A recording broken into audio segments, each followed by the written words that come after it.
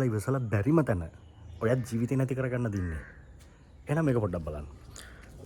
අපි දැක්ක පහුගිය දවස්වල පහුගිය ටිකේම සෝෂල් මීඩියා වල එක ළමෙක් තමගේ ජීවිතේ නැති කරගත්තු එකක් සම්බන්ධයෙන් වීඩියෝස් ෆොටෝස් ෂෙයා වෙනවා අපි දැක්කා. ගොඩක් අය ඒ ළමයට නිවන් සුව පතලා තිනවා. සමහරු බැනලා තියෙනවා ඒක විහිළුවට අරගෙන තමන්ගේ පේජ් වල රීච් එක වැඩි කරගන්න. එහෙම නැත්නම් තමන්ට ප්‍රසිද්ධ වෙන්න, හැලී ලීලා ප්‍රසිද්ධ වෙන්න දඟලන පිරිසකුත් ඉන්නවා. ඕකෙන් වෙන ආදීනව දෙකක් තියෙනවා.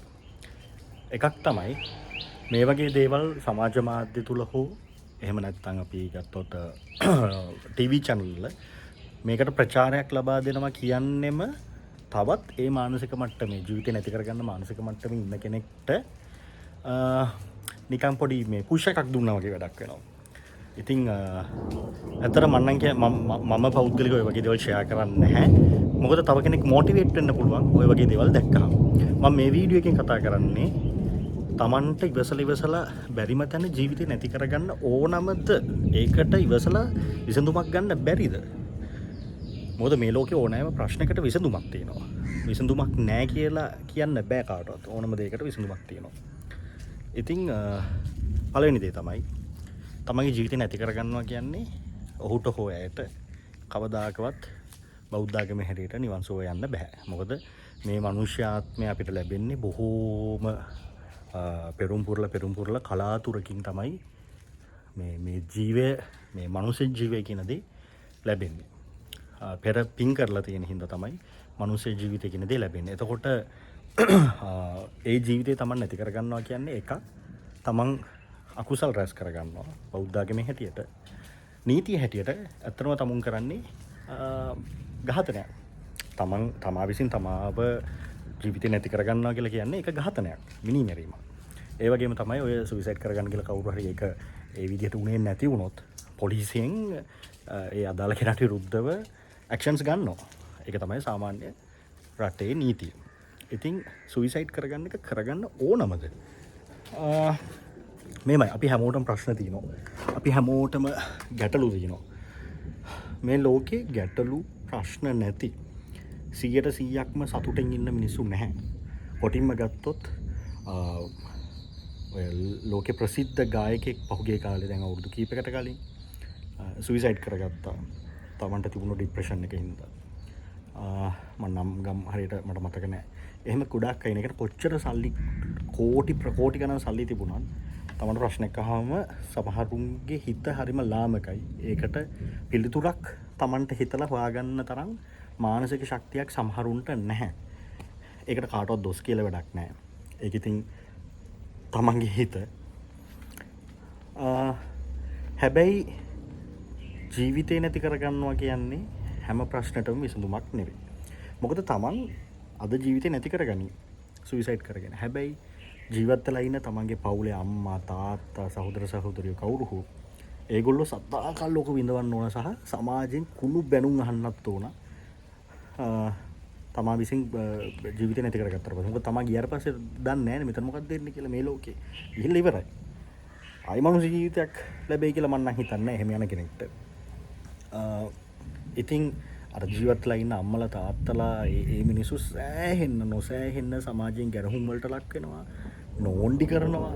ළමයාව බැලුවේ නැහැ කියනවා. ඔහොම රටේ නැති ප්‍රශ්න වලට මුහුණ දෙන්න සිද්ධ වෙනවා. අම්මලා තාත්තලාට සහෝදර සහෝදරියන්ට. ඉතින් ජීවිතේ නැති කරගන්නවා කියන්නේ පිළිතුරක් නෙවෙයි. ඒක ප්‍රශ්නවලට පිළිතුරක් නෙවෙයි ජීවිතේ නැති කරගන්නවා කියන්නේ. ඒ වගේම තමයි ජීවිතය නැති කරගත්තට පස්සේ ඒක නිකන් අර තමන්ගේ පේජ් වල තමන් ඉන්න ගෲප්ස් වල රීච් එක වැඩි කරගන්න, තමන්ට ප්‍රසිද්ධියක් ලබා ගන්න පාවිච්චි කරනවා නම් ඒක ඊට වඩා ලොකු භයානක තත්ත්වයක් සහ එහෙම දේවල් කරන අයගේ මානසික මට්ටම තමයි එකෙන් අපිට හිතා ගන්න පුළුවන්.